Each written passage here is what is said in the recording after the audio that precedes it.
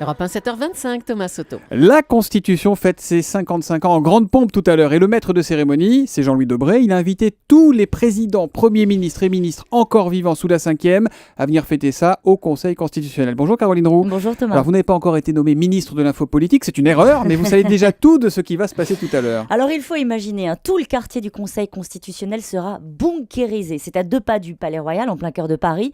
Et c'est là que vont se retrouver tous les dépositaires de l'autorité de l'État et tout ce que la classe politique compte de ténors d'aujourd'hui et d'hier. Enfin, tous pas exactement. Sur les 384 cartons envoyés, 205 ont répondu présent. Alors, vous n'aurez pas l'image de Ségolène Royal devisant sur les ministres indisciplinés avec Martine Aubry.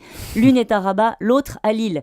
Si vous rêviez, Thomas, d'une accolade entre Copé et Fillon, raté. L'ancien Premier ministre est dans les Vosges. Alain Juppé ne parlera pas de ses bons sondages avec Jean-Pierre Raffarin. Ce dernier est à Alger. Pour ce qui est des chefs d'État, des ex-chefs d'État, on est loin du carton plein. Valéry Giscard d'Estaing, absent. Chirac, retiré de la vie publique, et Sarkozy n'a rien d'autre de prévu à son agenda, mais est sans doute un peu trop en colère contre le Conseil qui a invalidé ses comptes de campagne. Vous êtes un peu comme Laurent Ruquier à la télé samedi soir, vous commencez par ceux qui ne seront pas là. On va s'intéresser maintenant à ceux qui seront là. Tous notamment, les autres sont là. Un président et son Premier ministre, quasiment l'ensemble du gouvernement, c'est au tour de François Hollande évidemment. Est-ce qu'on doit s'attendre à le voir juste souffler les bougies du gâteau, ou est-ce qu'on va entendre un vrai discours politique face à cette assemblée qui est quand même pour le moins œcuménique? Alors, François Hollande a mis la dernière main au texte lui-même. Hier soir, à 22h30, il n'était pas question, même entre les lignes, de faire allusion au débat en cours, vous savez, sur les Roms et sur la République qui intègre.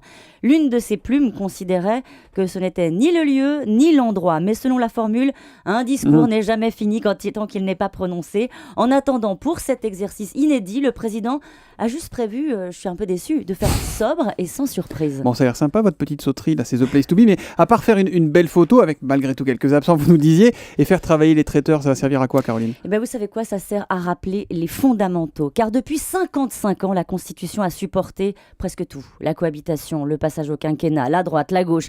Tous les présidents ont fini par se réfugier dans une pratique classique de nos institutions. Dans un pays qui a peur du déclin, la Ve République est en socle.